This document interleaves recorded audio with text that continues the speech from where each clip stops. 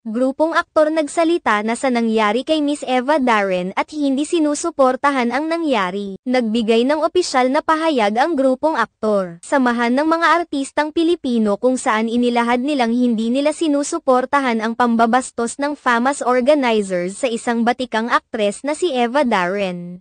Si Eva Darren ay isang batikang aktres at maituturing na rin itong iconic actress dahil sa kanyang mga naging contributions sa movie industry ng bansa. Iginiit ng aktor na ang mga awards night ay isang celebration at pagkakataon na magkakasama-sama ang mga magagaling artista sa larangan ng showbiz sa bansa. An awards night is a moment of celebration, extending beyond mere victory and trophies. It serves as a gathering for the entire community, offering a chance to unite and acknowledge the talents and artistry of each member. It is ironic that the event last Sunday, which was supposed to honor the iconic pillars of the country, was marred by an unfortunate and beloved peers during a celebration with industry members at one of the oldest award-giving bodies. We are deeply saddened by the seeming lapse in the management of the program, while acknowledging shortcomings in execution. Our aim is to underscore the broader culture surrounding award ceremonies. We aspire to revive the genuine essence of these events and bring back the glory of these gatherings,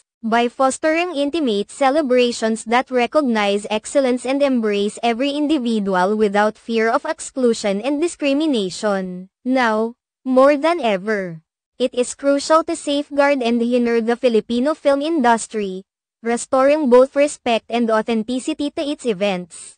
Aktor, the League of Filipino Actors, extends its warmest support and solidarity to Ms. Eva Darren. Marami naman sa mga netizens ang sumuporta at sumang-ayon sa naging pahayag ng Aktor PH at sa pagsuporta ng mga ito kay Eva Darren na tila binalewala lamang sa nagdaang FAMAS Award Night, matapos na mag-effort ng mabuti para sa nasabing okasyon.